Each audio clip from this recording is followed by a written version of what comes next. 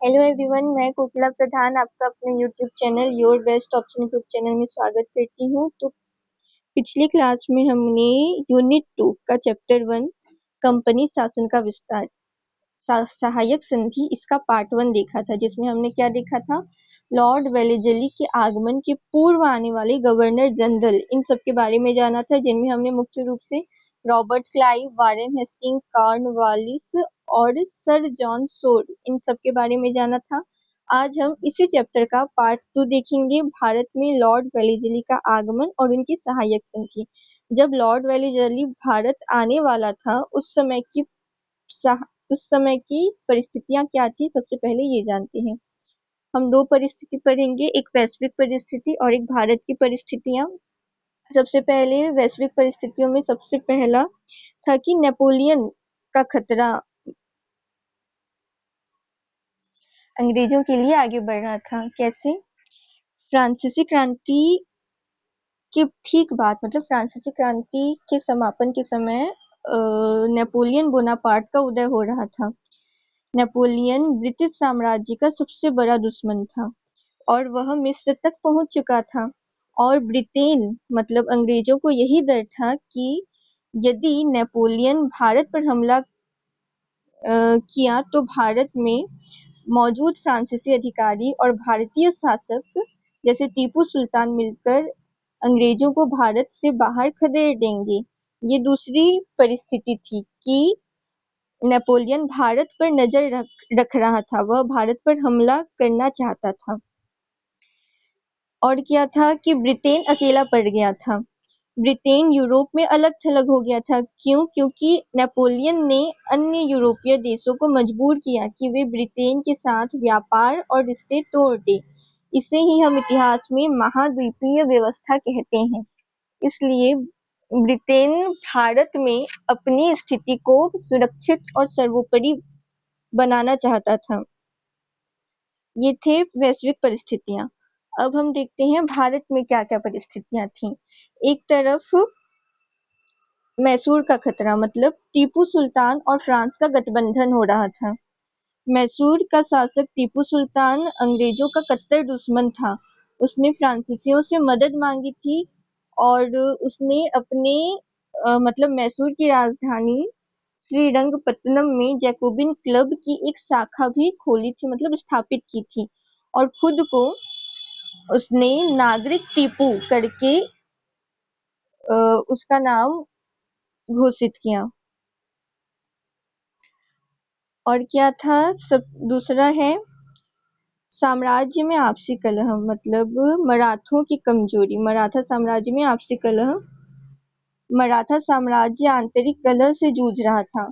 महादजी सिंधिया और नाना फडणवीस इन सब जैसे महान नेताओं की मृत्यु के बाद मराठों में कोई योग्य नेतृत्व नहीं बचा था। वे आपस में लड़ रहे थे, जिससे राजनीतिक शून्यता पैदा हो गई थी। और क्या था, इस तरफ हैदराबाद के निजाम की कमजोरी क्या थी कि हैदराबाद का निजाम मराठों और मैसूर से डरा हुआ था। उसने अपनी रक्षा के लिए फ्रांसीसी कमांडर रेमंड के नेतृत्व में एक बड़ी फ्रांसीसी सेना रख छोड़ी थी, जो अंग्रेजों के लिए एक खतरा था। और कौन सी परिस्थिति थी? अवध और उत्तर भारत में अस्थिरता थी। अवध का प्रशासन पूरी तरह भ्रष्ट हो चुका था और कमजोर हो चुका था। उत्तर पश्चिम यानी अफगानिस्तान के शासक जमान शाह ने लगातार वहां पर वह लगातार आक्रमण कर रहा था। इस कारण वो जगह उससे डरा हुआ था। और आखिर में ईस्ट इंडिया कंपनी की भी कमजोरी थी, मतलब कमजोर नीति। कौन सी नीति? अहस्तक्षेप की नीति। किसकी यह नीति थी? सर जॉन सोर की नीति थी। इससे ब्रिटिश प्रभाव कमजोर हो गया था और भारतीय राज्य शक्तिशाली होने लगी थी। अब देखते हैं लॉर्ड वेलेजली के बारे में। लॉर्ड वेलेजली आखिर कौन है? इनका नाम रिचर्ड वेलेजली है। ये भारत में गवर्नर जनरल रहे हैं। कब से कब तक? 1798 से 1805 तक। इनका मुख्य उद्देश्य था भारत में ब्रिटिश साम्राज्य का विस्तार करना और फ्रांसीसी प्रभाव को पूरी तरह समाप्त करना।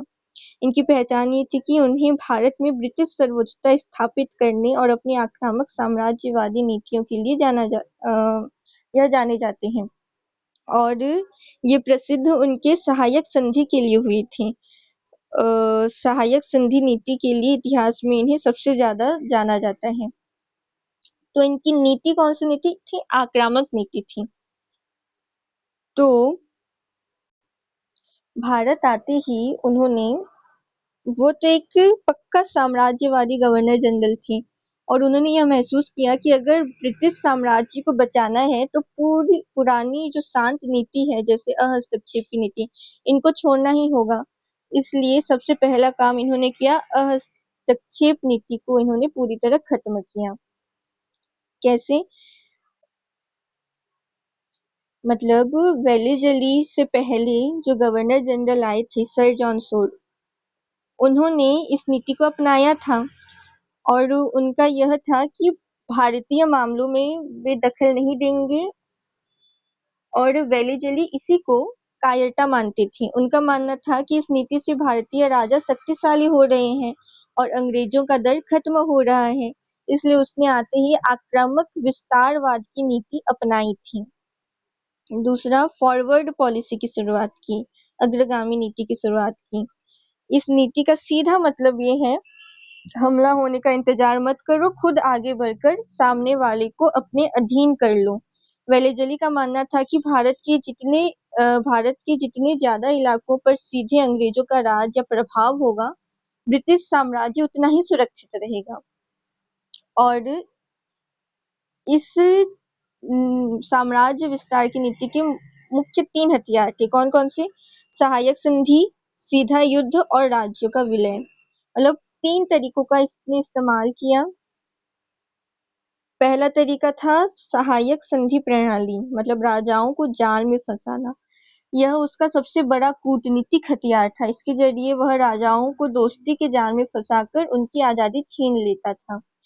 सीधा युद्ध करता था। दूसरा तरीका था सीधा युद्ध। जो राजा झुकने को तैयार नहीं थे, उनके खिलाफ उसने सीधे युद्ध की घोषणा की। उदाहरण के लिए उसने चौथे एंग्लो मैसूर युद्ध 1799 में जो हुआ था, उसमें टीपू सुल्तान को खत्म किया, और द्वितीय एंग्लो मराठा युद्ध 1803 से 1805 में मराठों की ताकत को हरा दिया, मतलब कुचल दिया। तीसरा तरीका, कुप्रशासन का आरोप, राजाओं को अयोग्य बताकर उनका राज्य छीनना। जिन राज्यों को वह युद्ध या संधि से नहीं जीत पाता था, उन पर ठीक से शासन न चलाने का आरोप लगा देता था, या फिर पेंशन देकर उनका राज्य छीन लेता था, जैसे तंजौर, सूरत और कर्नाटक में इसने किया। तो ये थे इसकी नीति के 3 स्तंभ। इसका पहला स्तंभ हम देखेंगे, जो कि जिसके लिए बहुत प्रसिद्ध है, सहायक संधि। लेकिन इसके पहले हम ये देखेंगे कि वेलेजली की नीति का मुख्य उद्देश्य क्या था, और भारत या फिर उसके भारत आने के क्या-क्या उद्देश्य थे। उसके इस आक्रामक नीति के पीछे 4 खतरनाक और चालाक उद्देश्य थे। सबसे पहला, ब्रिटिश सर्वोच्चता स्थापित करना। ईस्ट इंडिया कंपनी को सर्वोच्च शक्ति बनाना चाहता था।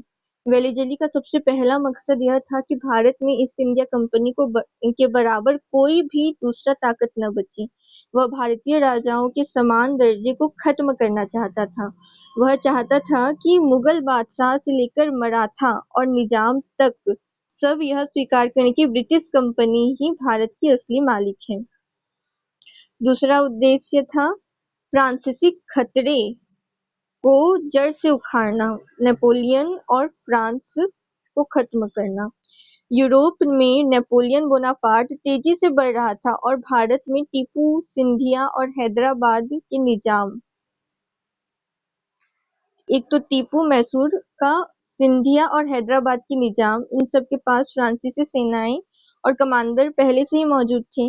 वेलेजली का उद्देश्य था कि भारत के कोने-कोने से फ्रांसीसी प्रभाव को शून्य कर दिया जाए, ताकि नेपोलियन अगर भारत की तरफ बढ़े तो उसे यहाँ कोई लोकल मदद ना मिले। मतलब फ्रांसीसी प्रभाव को पूरी तरीके से ये नष्ट करना चाहता था। तीसरा और चौथा उद्देश्य आर्थिक और राजनीतिक नियंत्रण रखना चाहता था। भारतीय राजाओं के पैसे पर एक विशाल ब्रिटिश सेना खड़ी करना। मतलब ब्रिटिश कंपनी इंग्लैंड से पैसा लाकर भारत में बड़ी सेना नहीं रख सकती थी।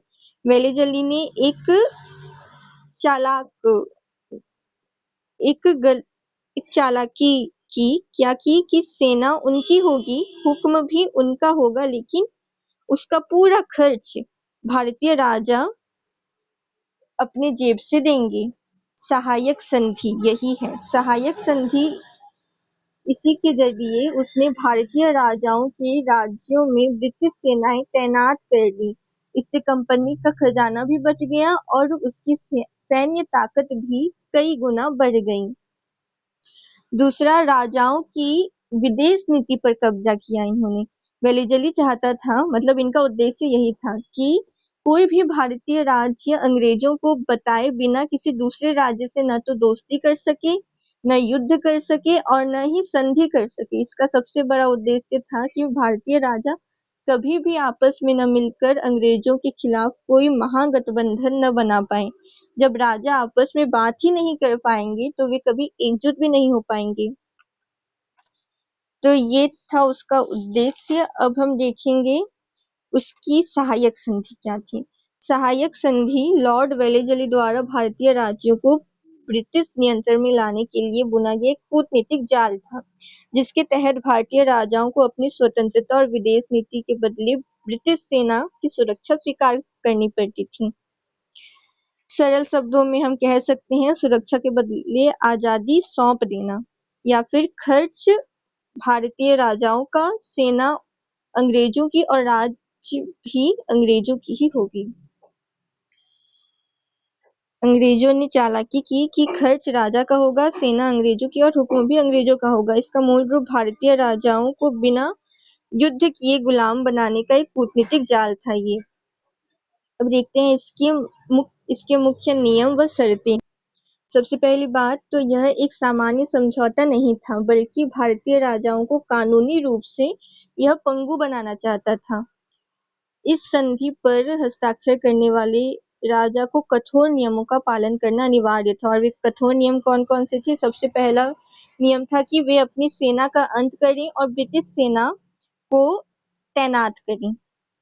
संधि स्वीकार करने वाले भारतीय राजा को अपनी खुद की मूल सेना को पूरी तरह से भंग या फिर खत्म करना पड़ता था। उसकी सुरक्षा के नाम पर राज्य में एक स्थायी ब्रिटिश सेना, परमानेंट ब्रिटिश सेना, जो कि जिसे सहायक सेना कहेंगे, उसको तैनात कर दिया जाता था। इसका मतलब था कि राजा सैन्य रूप से पूरी तरह अंग्रेजों पर निर्भर हो जाता था। दूसरा नियम क्या था? सेना के खर्च का भारी बोझ राजा उठाता था। राज्य में रखी गई ब्रिटिश सेना का पूरा वित्तीय खर्च उस भारतीय राजा को ही उठाना पड़ता था। राजा को इसके लिए सालाना एक बहुत बड़ी नकद राशि अंग्रेजों को देनी होती थी।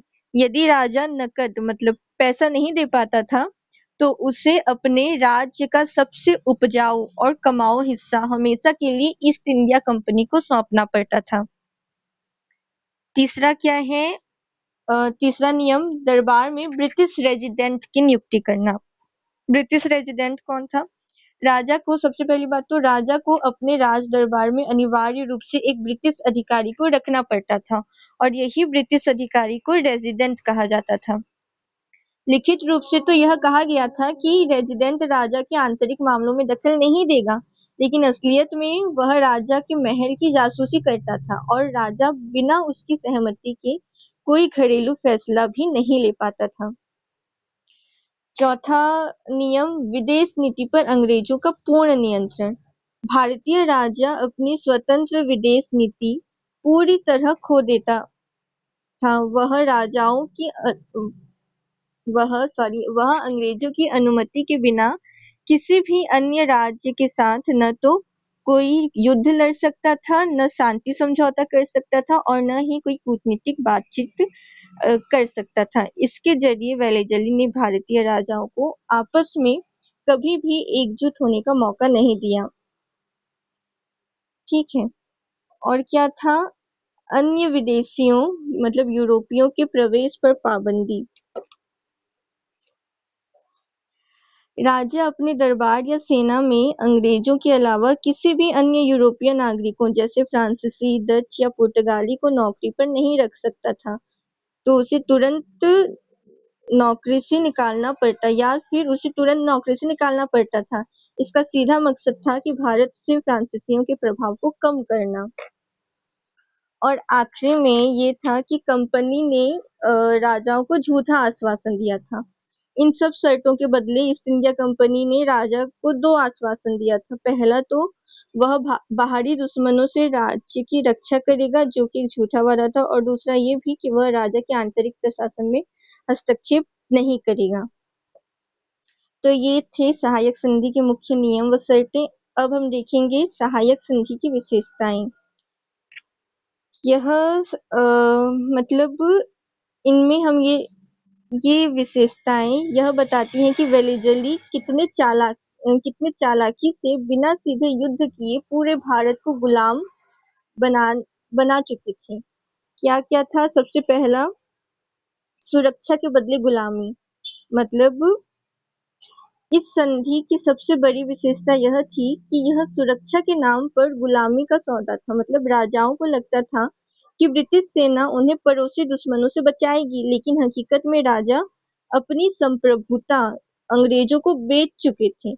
राजा अपने ही महल में कैदी बनकर रह जाते थे। दूसरा, राजाओं का पूर्ण निशस्त्रीकरण।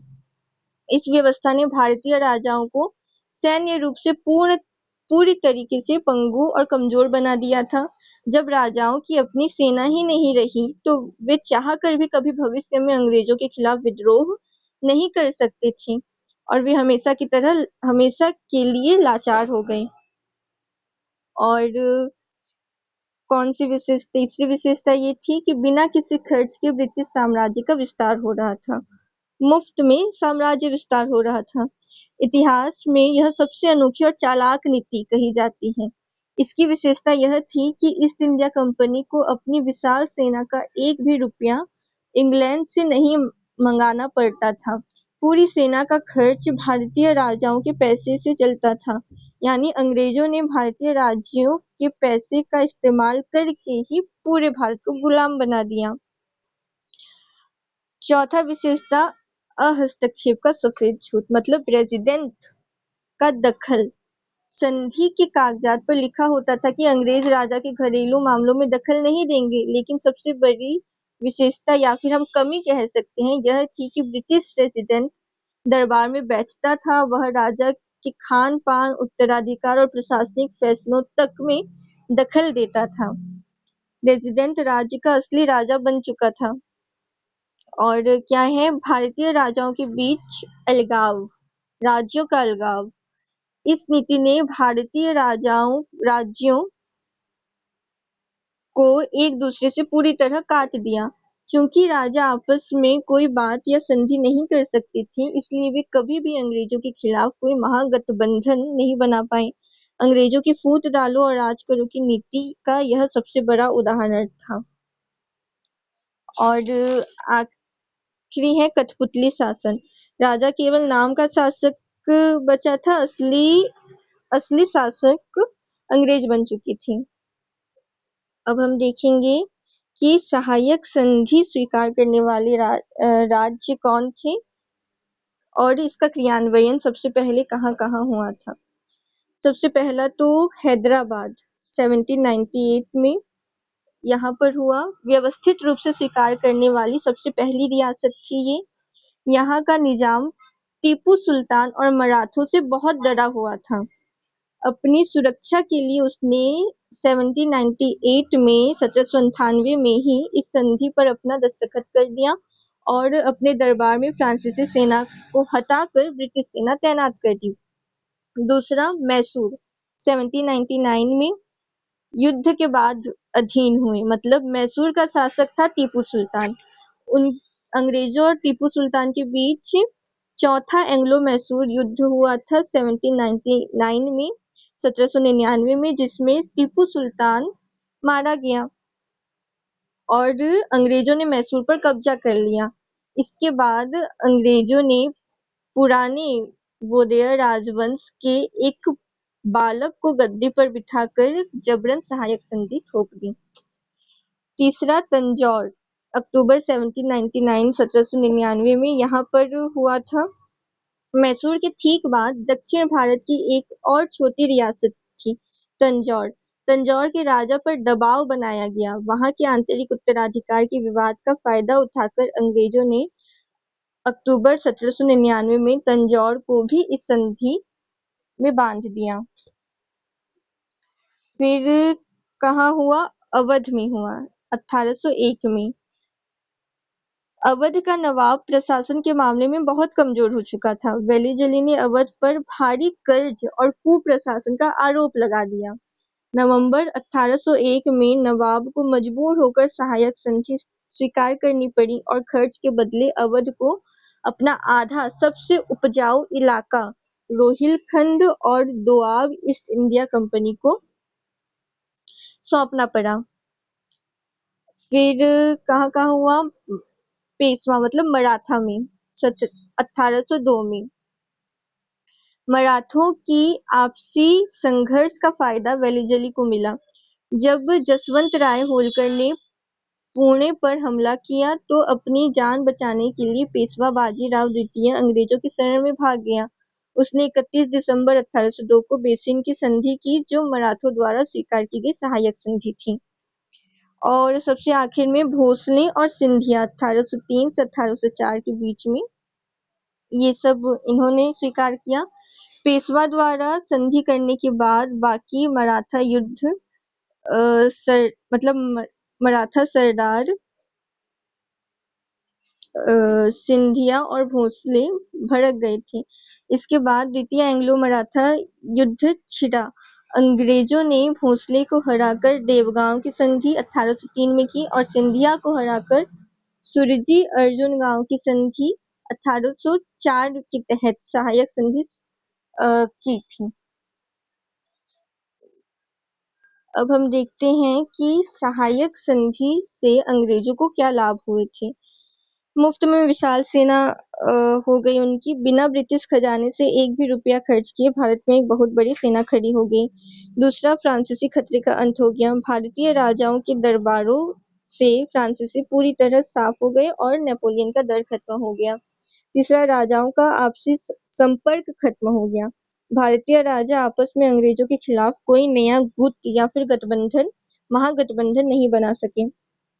चौथा, विवादों में मध्यस्थता। राजाओं के आपसी विवादों का फैसला अब ईस्ट इंडिया कंपनी के हाथ में आ गया। और आखिरी, बिना युद्ध के राजनीतिक नियंत्रण इन्होंने स्थापित किया। अंग्रेजों ने बिना कोई युद्ध लड़े ही सीधे आधे से ज्यादा भारत की राजनीतिक बागडोर अपने कब्जे में कर ली। और सहायक संधि से भारतीय राजाओं को क्या नुकसान हुए? सबसे पहला, संप्रभुता, उनकी स्वतंत्रता ही छीन ली गई। राजाओं की राजनीतिक स्वतंत्रता और स्वतंत्र विदेश नीति पूरी तरह समाप्त हो गई। आर्थिक रूप से वो कंगाल, मतलब वही आर्थिक दिवाला कंगाली। ब्रिटिश सेना के भारी खर्च और रखरखाव ने राज्यों के खजाने को पूरी तरह खाली कर दिया। प्रशासनिक पतन, दरबार में बैठे ब्रिटिश रेजिडेंट के रोज-रोज के दखल से राजाओं को कठपुतली, मतलब इस रोज-रोज के दखल ने राजाओं को कठपुतली बना दिया। और अकर्मण्य और विलासी शासन, मतलब सुरक्षा की गारंटी मिलने के बाद राजा अपनी प्रजा के प्रति गैर जिम्मेदार हो गए। अब देखते हैं आज का सारांश। सबसे पहले आज हमने क्या-क्या देखा? नेपोलियन की पृष्ठभूमि जाना, मतलब उस समय की तत्कालीन स्थिति क्या-क्या थी। नेपोलियन के वैश्विक खतरे और भारतीय राज्यों की आपसी फूट के बीच वेलीजली का आगमन हुआ था। उसकी नीति थी आक्रामक विस्तारवाद की नीति। सर जॉन सोर की हस्तक्षेप नीति का उसने अंत किया और अपना आक्रामक विस्तारवाद की नीति का शुरुआत किया। और उसकी सबसे पहली और सबसे चालाक जो तरीका था इस नीति को आरंभ करने का, सबसे पहला तरीका था सहायक संधि। इसके बारे में जाना। सबसे प्रसिद्ध राजाओं को सुरक्षा का लालच देकर उनकी सेना, खजाना और आजादी छीनने का कूटनीतिक जाल था। कहाँ-कहाँ राज्यों का क्रम देखा। हैदराबाद 1798, मैसूर 1799, तंजौर 1799, अवध 1801 और पेशवा 1802। परिणाम, बिना कोई बड़ा युद्ध लड़े अंग्रेजों को मुफ्त में विशाल सेना और पूरे भारत की राजनीतिक बागडोर मिल गई। आगे के क्लास में हम देखेंगे डलहौजी की हड़प नीति, जो कि चैप्टर 2 होने वाला है इस यूनिट का। आज के लिए बस इतना ही। अगर आज की क्लास पसंद आई हो तो लाइक, शेयर और सब्सक्राइब जरूर करना। धन्यवाद। Thank you for watching.